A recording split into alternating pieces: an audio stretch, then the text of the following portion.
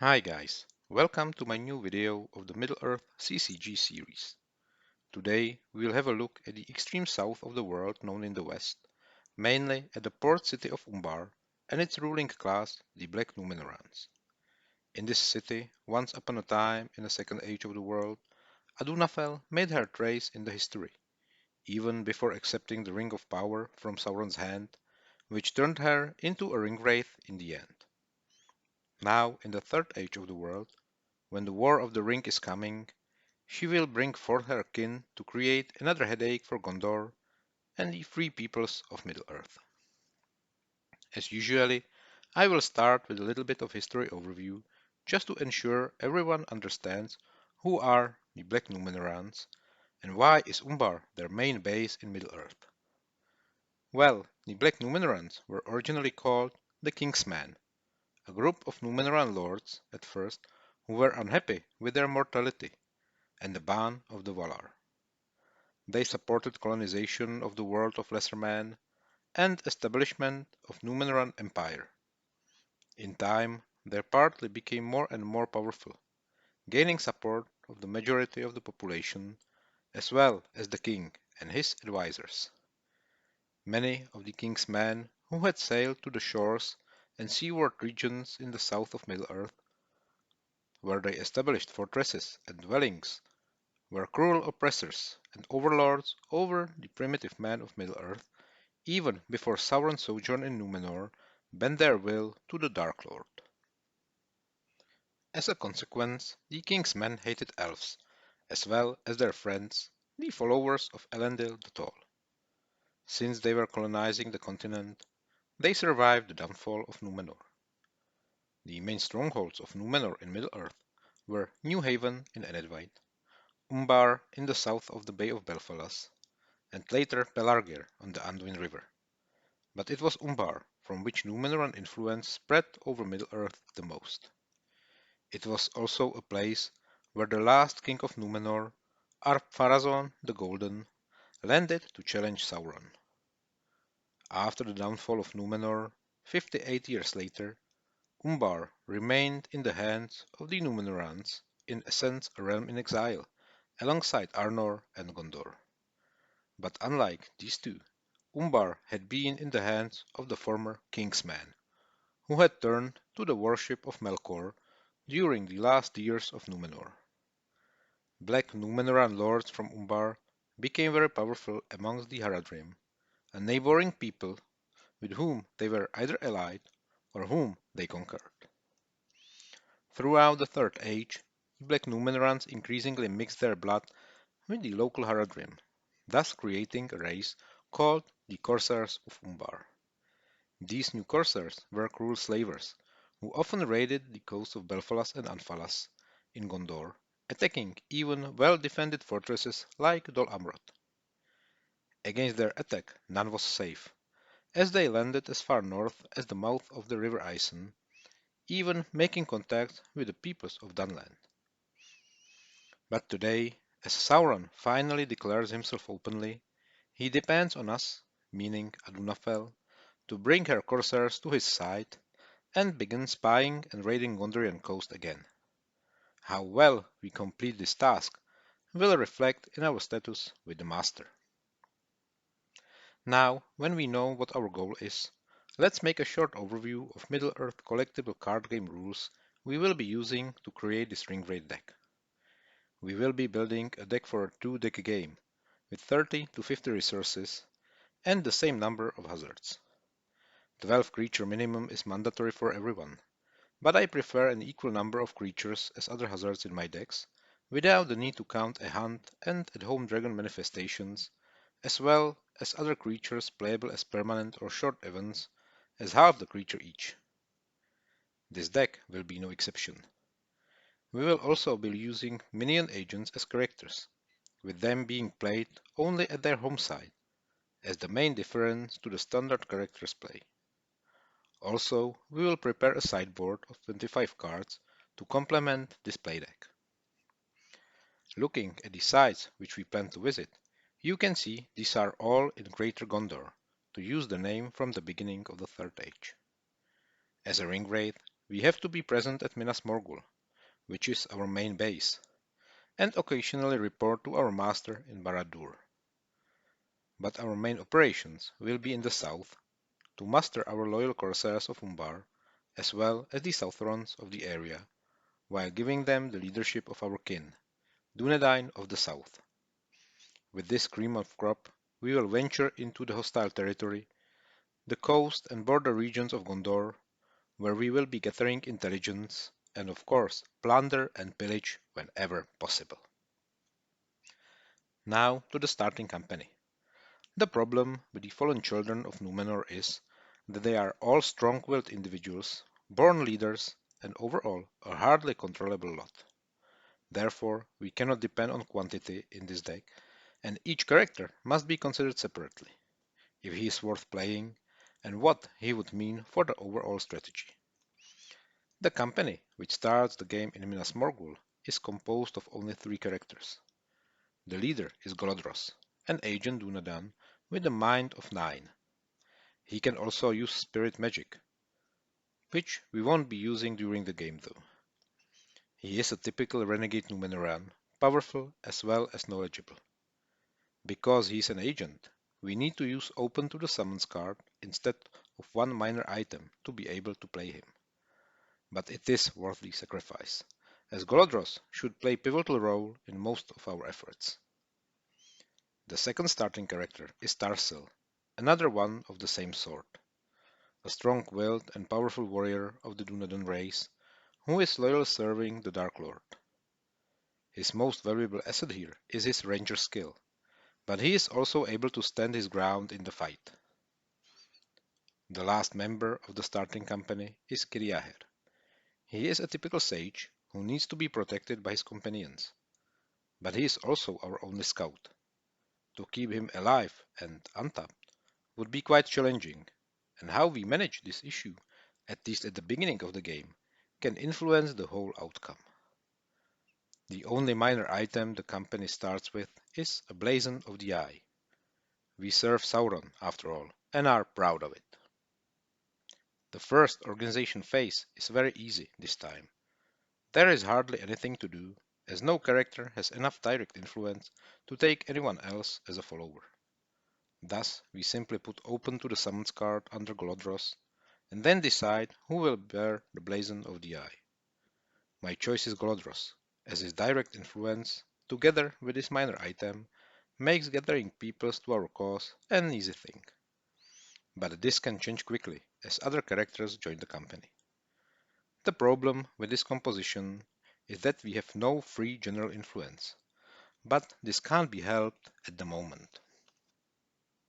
Regarding the characters in the deck, we have there 2 copies of Adûnaphel during Raid, and then it's a disparate mix of diverse races and peoples, at least at the first sight. But there is logic in the composition, a pair strategy, you can say, when you always have 2 characters to choose from for a single use. As Adûnaphel received her orders, she has to work with the best possible tools there are, and she cannot depend on a single way to reach her goals. Therefore, we have here treacherous Dúnedain from Gondor, Firiel and Surion, both agents, who will be used as characters. But if you feel strong enough, or do not need additional characters, when they get into your hand, they can be used as agents. Why not? Although I do not use this variant of the game at all. Firiel can use shadow magic, and moreover, their home sites of Pelargir and Minas Tirith are very helpful when you tap one of them to cancel an automatic attack at these places. Then there is another pair who should look after our dealings, Hendolan and Trellin. This elf and dwarf duo can be seen as a dark variant of Legolas and Gimli, although there is no such friendship between these 2 servants of the Dark Lord. Both hold places of honor in Minas Morgul, and Adûnaphel can fully depend on their loyalty as well as their skills, as they will stand out in any of the regions in the south due to their race. The free peoples in Gondor would not suspect them to be working for the other side, at least until it's too late. Two copies of Horsemen in the Dark represent the heralds and messengers Adûnaphel uses to deliver her orders and/or ultimatums, wherever is needed. Herion is another agent, a man from Dol Amroth, who can help overcome the wardens of that fortress, while Ostesen is a man of Gondor who openly dislikes the Dúnedain and rather serves Sauron. And finally, two dependable Southrons from Umbar region, Adûnaphel's homeland, Pon Opar and Yerek. You do not need to use all of these characters, but this mix should provide a deep pool for making up for the losses, as well as enable you to react to any threat or opportunity the game provides. Now, to the point-giving resources. This deck is not overly dependent on any category of points. Rather, it's a balanced mix of all types. Only allies are not overly abundant, to say it mildly. Therefore, we really need to get the Creature of an Older World into play, as it is the only ally in the deck. It can serve to move our ring rate around if needed, but it's too valuable to lose. Our army will be recruited purely from our home base. Adûnaphel's kindred, the Black Númenoreans for sure, and also Haradrim, the second-class people who serve under the leadership of the Black Brethren. As battle equipment, we have here one copy of Broad-Headed Spear, High Helm and two minor items, Black Hide Shield and Saw-Toothed Blade. And now finally we get to our main goal, depriving our enemy of valuable assets and acquiring key information. Therefore, we try to steal the Scroll of Isildur before its secrets are revealed to any of the wise. Palantir of Osgiliath, although lost in the destruction of the Dome of Stars, must not fall in enemies' hands. As Master Palantir, it is most safe in the hand of the great Master Sauron, don't you think? And of course, there is the never-ending search for the One Ring. There is a distant feeling it could be hidden somewhere in the walls of any of fortresses of Gondor, when Isildur has taken it from our master's hand as a payback for his slain father and brother. Who knows? Therefore, a bright gold ring found during our adventures must be examined and delivered home. Only I'm afraid it won't be the One Ring, but an Oracle's ring. Increasing direct influence of a character while reducing his mind is very useful when you play Dark Dúnedain. The information we secretly collect on our way include the names among them, no news of our riding, and secrets of their forging, while raiding the coast of our enemies provides smoke on the wind and sees prisoners. Nevertheless, some of the captured would also gladly satisfy their questioners, if asked properly. You do not need to hurry in playing the seized prisoners and smoke on the wind cards. You can usually spend a second side phase at the current site, or wait for the next venture into enemy territory to be able to get these cards safely into play. While we have talked extensively about the points we are to get, the rest of the resource events in the deck is of the most simple sort. There are attack cancellation cards, like a nice place to hide, twice, diversion, not slay needlessly, and orc quarrels. Prowess enhancing cards, like blow turned, bolt thrust, and swift strokes.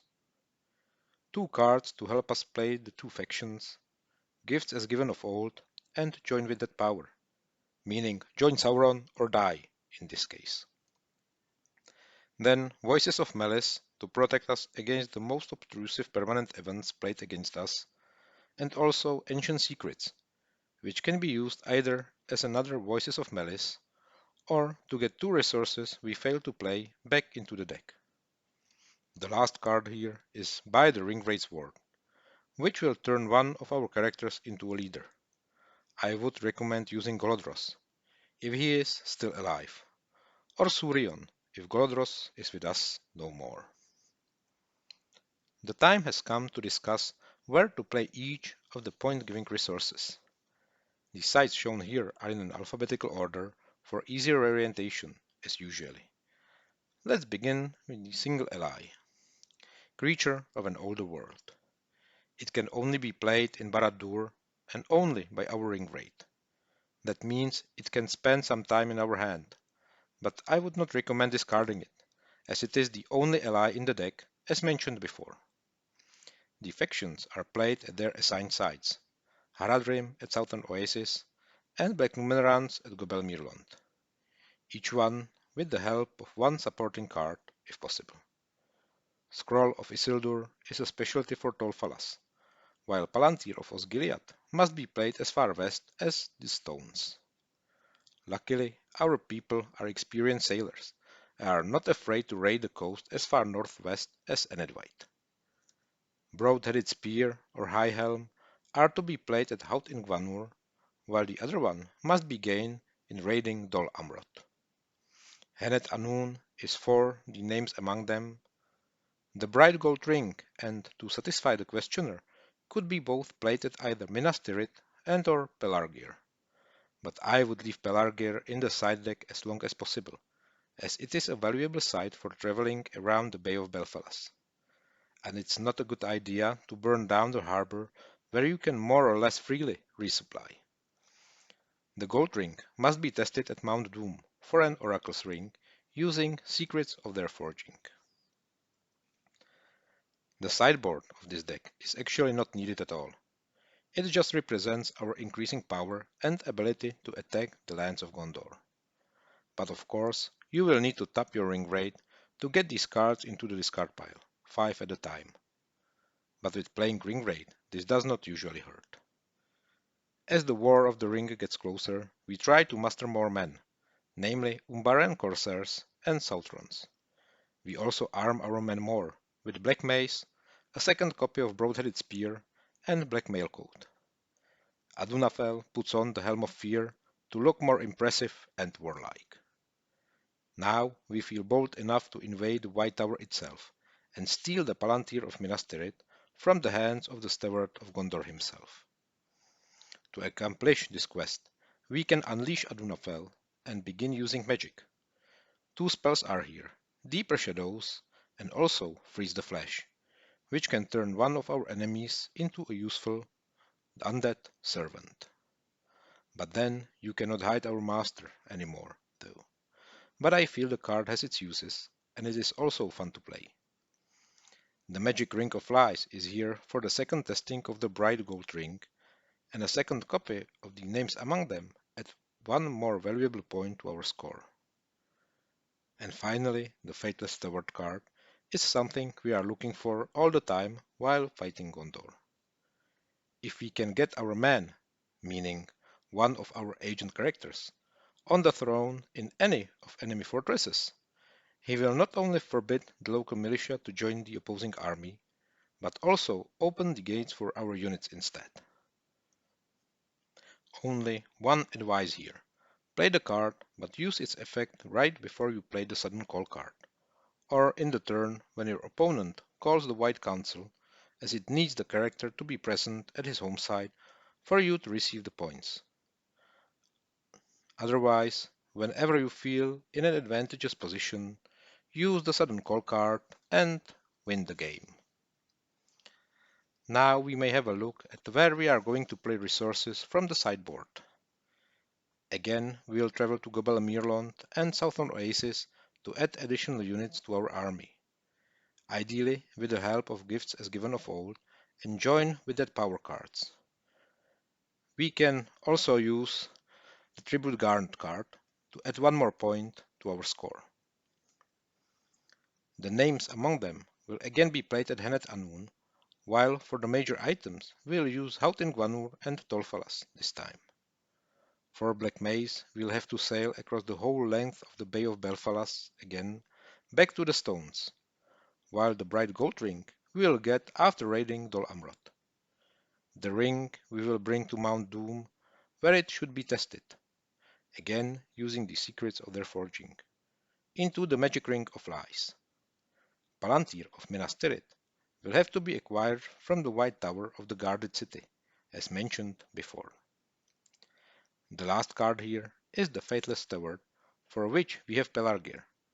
The reasoning being that both Firiel and Surion, our Adûnaran agents, have there their home site, and therefore it can be played even if one of them is lost during the game. With these cards played, you should be strong enough to win the game, as you should not have suffered many losses during the adventures. With this being solved, we can finish the resource part of this deck. It's time to have a look at the hazard half of the deck now. Today, the hazards represent the might of Gondor, with an occasional danger of encountering a wild creature living in the less civilized regions around our base of operations. You can easily build pure Gondor army deck if you want, but it will be too one-sided, and especially against covered opponent, its usage could be very limited. With a composition like the one here, you can spring a nasty surprise from time to time and hit hard the companies which depend more on subterfuge than actual strength, as is the case of this Adûnaphel deck. The leading creature of this deck is Gandalf, annoying wizard who always appears even when he is not invited to the party. Then there is the regular army of Gondor, composed of the Border Watch, Stout Men of Gondor, Steward's Guard, and its allied units of Gondorian Rangers, here twice, as they can attack in Ithilien, through which leads the only road between our base in Umbar and Minas Morgul, Knights of the Prince, and the Sons of Kings. Then we have here some renegade or freelance units, which were hired by Gondor to harass the activities of the enemy. These are represented by Ambusher, Slayer, and Assassin. As you can see, these are employed mostly to eliminate the leaders of opponent's command structure. And finally, we can talk about the wild creatures. Sand Drake of Haradian deserts, Sea Serpent of the Bay of Belfalas, and finally Marsh Drake together with the Watcher in the water, representing dangerous creatures of the sea and wilderness. This mix should guarantee you the possibility to strike whenever you want, without the need to wait for some kind of combo. To supplement creatures, the event part of the hazard deck is also divided between cards increasing the prudence of Gondorian guards and the forces of nature every traveler must be aware of, especially sailors on the high seas. Among the cards representing the increased circumspection of the guards around Gondor belong Arouse, Awaken, and Inside Defenders, all three types of cards with 2 copies each. All these cards boost the power of automatic attacks at border holds and freeholds. The Chill Them with Fear, Fear Fire Foes, and Rank Upon Rank cards represent the way how the readiness of Gondor for war progresses. An Unexpected Outpost could also fall into this category, but it is more of a usual card you will find in every deck. Then we have the Forces of Nature cards group, where are 2 Lost cards, Lost at Sea and Lost in Free Domains. These cards delay our opponent for a turn each. The Drowning Seas card forces the company to lose 1 item, always a useful thing. And finally, Nothing to Eat and Drink weakens characters during their travels in the lands of free peoples. The last card is Erkaraxe Ehand. We can't allow any company moving in the Bay of Belfalas forget that there lives a water dragon there, can we? With this part of the deck solved, we can move forward to the hazards in the sideboard. There are 5 more creatures and 5 more hazard events in the sideboard as usually. The logic from the main deck continues in the sideboard, with Alatar the Hunter being maybe not the most logical choice, but he can represent one of the heroes that sometimes pop up in Gondor, like Aragorn did in disguise, for example. Elves upon Errantry are here because the elves have not completely abandoned Adhelond yet, and sellswords between charters are simply what their name suggests. Fell Turtle, my favorite coastal sea creature, and Raindrake are only adding depth to the wild sea creatures that inhabit the oceans. The hazard events here are of a different sort than in the regular deck. First group represents the unwillingness of common peoples to go to war far beyond the borders of their own kingdom. Early Harvest and Master Disperses are clear examples of these cards, which can reduce opponent's army. Heedless Revelry puts forth the long-covered dislike of original inhabitants of Umbar and Nirharat to their oppressors from Númenor. Well, sometimes history is not forgotten. Whole villages roused is a trap for a covered company, if it ventures into Mordor. You will probably hardly use it against this particular deck, but what if someone travels to Barad-dûr to meet with Adûnaphel? Good luck to him then. The last card in the sideboard we haven't discussed yet is Returned Beyond All Hope. It helps you get the right creature to your hand when you need it. Or if one of the key creatures, like Gandalf or Alatar, is eliminated, you can always try to reduce the damage by giving the 2 points of this card into your opponent's marshalling points pile and get the already defeated wizard back into play. You never know when the Valar influence the state of affairs, do you? Let's just say this card can become a nasty surprise for your jubilant opponent. With that being said, it's all I have prepared for today.